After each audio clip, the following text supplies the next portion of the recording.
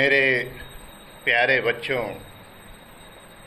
जैसा कि मैं पहले पढ़ा चुका हूँ, विश्व जनसंख्या वितरण और उसको प्रभावित करने वाले कारक कौन कौन से, इसका विस्तृत अध्ययन मैं करा चुका हूँ। अब मैं ले चल रहा हूँ पूरे विश्व में या प्रदेश में या देश में या नगर से या गांव से नगर से लोगों का आना जाना, लोगों को एक दूसरे स्थान पर जा कर के अपने आजीविका का साधन ढूंढना क्या कहलाता है। आप लोग आम तौर पर कहेंगे कि स्थानांतरण, जिसको हम भौगोलिक शब्द एक देते हैं, जिसका नाम होता है प्रवास। प्रवास क्या है और इसको प्रभावित करने वाले कारक कौन कौन से। तो आज का जो विषय है वो है प्रवास क्या है और इसको प्रभावित करने वाले कारक। विभिन्न कारणों से लोगों का स्थान परिवर्तन करना ही प्रवास कहलाता है। एक स्थान से दूसरे स्थान पर जाने के क्रम में लोग जहाँ से गमन करते हैं वह प्रवास का उद्गम स्थान कहलाता है। उद्गम स्थान कौन कहलाता है? जहाँ से लोग प्रवास करते हैं और जिस स्थान में आगमन करते हैं वह प्रवास का गंतव्य स्थान कहलाता है। उद्गम स्थान जनसंख्या के कमी को, यानी जनसंख्या यहाँ से गई, तथा गंतव्य स्थान जनसंख्या की बढ़ोतरी को दर्शाता है। जो गांव से गांव, गांव से नगर या नगर से नगर तथा नगर से गांव की ओर हो सकता है। प्रवास को प्रभावित करने वाले दो प्रमुख कारक हैं, एक प्रतिकर्ष कारक और एक अपकर्ष कारक। अपकर्ष कारक कौन कौन से होते हैं? अपकर्ष कारक वे कारक होते हैं जो किसी क्षेत्र की अनुकूल परिस्थितियों के कारण लोगों को अपनी ओर आकर्षित या अपने क्षेत्र की ओर प्रवास करने के लिए विवश करते हैं। अपकर्ष कारक कहलाते हैं, मतलब सुविधाएं। इसके अंतर्गत रहन सहन की अच्छी दशाएं, शांति व स्थापित जीवन, संपत्ति की सुरक्षा, काम के बेहतर अवसर, यानी बेरोजगारी दूर होती है, यहाँ पे सर्विस मिलती है।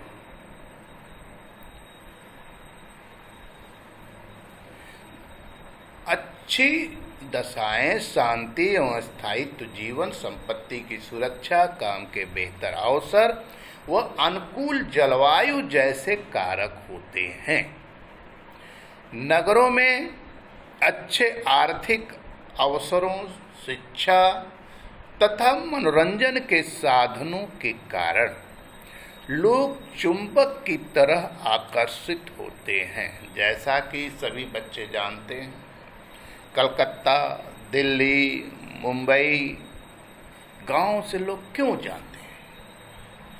क्योंकि वहाँ पर अच्छी शिक्षा है, मनोरंजन के साधन है, रोजगार है, उसकी तलाश में लोग आकर्षित होते हैं। नगरों में उद्योग, परिवहन, संचार, व्यापार तथा वाणिज्य आदि की बेहतर सुविधाएं लोगों को प्रवास के लिए प्रेरित करती हैं। तो ये जनसंख्या प्रवास के अपकर्ष कारक हैं, मानी सुविधाएं जो जनसंख्या को अपनी ओर आकर्षित करती हैं। अब आता है दूसरा कारण, प्रतिकर्ष कारक। जैसा कि इस समय देख रहे हैं, बहुत सारे मजदूर, बहुत सारे लोग बड़े बड़े शहरों से, नगरों से अपने अपने गांव की तरफ लौट रहे हैं। क्यों लौट रहे हैं? ये किसी से छिपा नहीं है।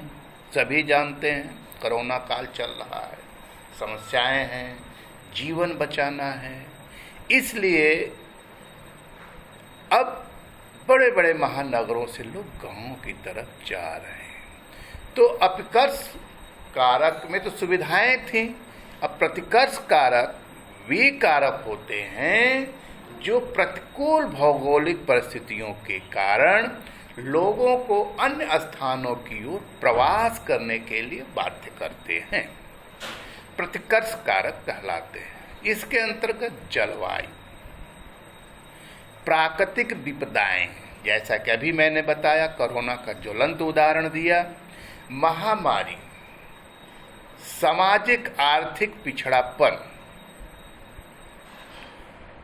राजनैतिक उपद्रव व रहन सहन की निम्न दशाएं जैसे कारक होते हैं। ये प्रतिकर्ष कारक होते हैं। ग्रामीण क्षेत्रों में कृषि पर बढ़ती जनसंख्या के दबाव के कारण जीविकोपार्जन के साधनों की कमी के कारण लोग अच्छे स्थानों की ओर प्रवास करते हैं।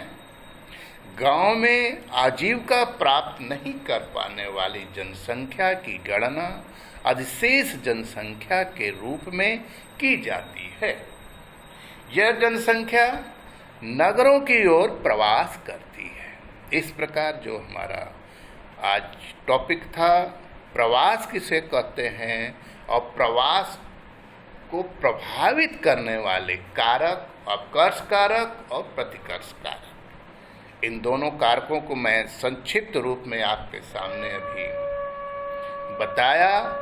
अब मैं आप लोगों को ले चल रहा हूं जनसंख्या संक्रमण की अवस्था या जननांकीय संक्रमण क्या है। तो मैं बता रहा था जननांकीय संक्रमण की अवस्थाएं क्या है। जननांकीय संक्रमण एक प्रकार का सिद्धांत है। इस सिद्धांत के अनुसार जब समाज ग्रामीण, खेतिहर और अशिक्षित अवस्था से उन्नति करके नगरीय, औद्योगिक और साक्षर बनता है, तब किसी प्रदेश की जनसंख्या उच्च जन्म दर और उच्च मृत्यु दर से निम्न जन्म दर और निम्न मृत्यु दर में परिवर्तित होती है। ये सभी परिवर्तन अवस्थाओं में होते हैं, एक स्टेज होता है, स्टेप्स होते हैं, जिन्हें सामूहिक रूप से जननांकीय चक्र के रूप में जाना जाता है। इस सिद्धांत का उपयोग किसी क्षेत्र की जनसंख्या का वर्णन तथा भविष्य की जनसंख्या के पूर्वानुमान के लिए किया जा सकता है। जननांकीय संक्रमण चक्र की 3 अवस्थाएं होती हैं। कितनी अवस्थाएं होती हैं? 3 अवस्थाएं होती हैं जो वैश्विक परिदृश्य को इस चक्र के माध्यम से दर्शाती हैं। वैश्विक परिदृश्य का तात्पर्य क्या है? विश्व स्तर। जननांकीय संक्रमण चक्र की 3 अवस्थाएं इस प्रकार हैं। प्रथम अवस्था, इस अवस्था में अधिकतम लोग कृषि कार्य में संलग्न रहते हैं, जिसके कारण अशिक्षा, प्रौद्योगिकी का निम्न स्तर, जनसंख्या वृद्धि धीमी तथा जीवन प्रत्याशा निम्न पाई जाती है। जीवन प्रत्याशा निम्न का तात्पर्य यह है कि लोग कम उम्र में ही मृत्यु को प्राप्त हो जाते हैं। साथ ही बड़े परिवारों की परिसंपत्ति माना जाता है। ये प्रथम अवस्था है। द्वितीय अवस्था, इस अवस्था में स्वास्थ्य संबंधी सुधारों के कारण, के कारण मृत्यु दर में कमी आती है। पहली अवस्था में क्या थी कि जन्म दर भी अधिक था और मृत्यु दर भी अधिक था। इसमें क्या है कि मृत्यु दर में कमी आ गई, स्वास्थ्य में सुधार हुआ। साथ ही जन्म दर अधिक तथा मृत्यु दर में कमी से जनसंख्या में तेजी दिखाई देती है, यानी जनसंख्या तेजी से बढ़ती है। तृतीय अवस्था, इस अवस्था में जनसंख्या शिक्षित एवं नगरी हो जाती है। क्या हो जाती है? शिक्षित एवं नगरी। नगरी का मतलब शहर में आवास करना, तथा उसके पास तकनीकी ज्ञान होता है, टेक्नोलॉजी डेवलपमेंट। लोग परिवार के आकार को निश्चित करने लगते, यानी संयुक्त परिवार की अपेक्षा यहाँ पर कैसा परिवार हो जाता है? समाजशास्त्रीय दृष्टिकोण से एकाकी परिवार हो जाता है। इसमें जन्म दर एवं मृत्यु दर घटकर लगभग स्थिर हो जाती है, मतलब जन्म दर भी कम और मृत्यु दर भी कम। लोगों में प्रजनन दर को संतुलित करने की योग्यता हो जाती है। पढ़े लिखे लोग, शिक्षित लोग, शहर में रहने वाले, जिसमें जनसंख्या या तो स्थिर हो जाती है या तो मंद गति से बढ़ती है। वर्तमान में इस अवस्था के अंतर्गत पूर्वी यूरोप एवं मध्य एशिया को देखा जा सकता है। ये उसके उच्चारण है। पूर्वी यूरोप का मतलब क्या तात्पर्य है? यूरोपियन कंट्रीज जो है उसमें जो है आपका इंग्लैंड, रूस, जर्मनी, हॉलैंड, ये सारे देश सम्मिलित हैं। इस प्रकार से जननांगी संक्रमण की जो अवस्थाएं हैं, प्रथम अवस्था, द्वितीय अवस्था और तृतीय अवस्था, ये तीनों अवस्थाओं से मैंने आपको अवगत कराया।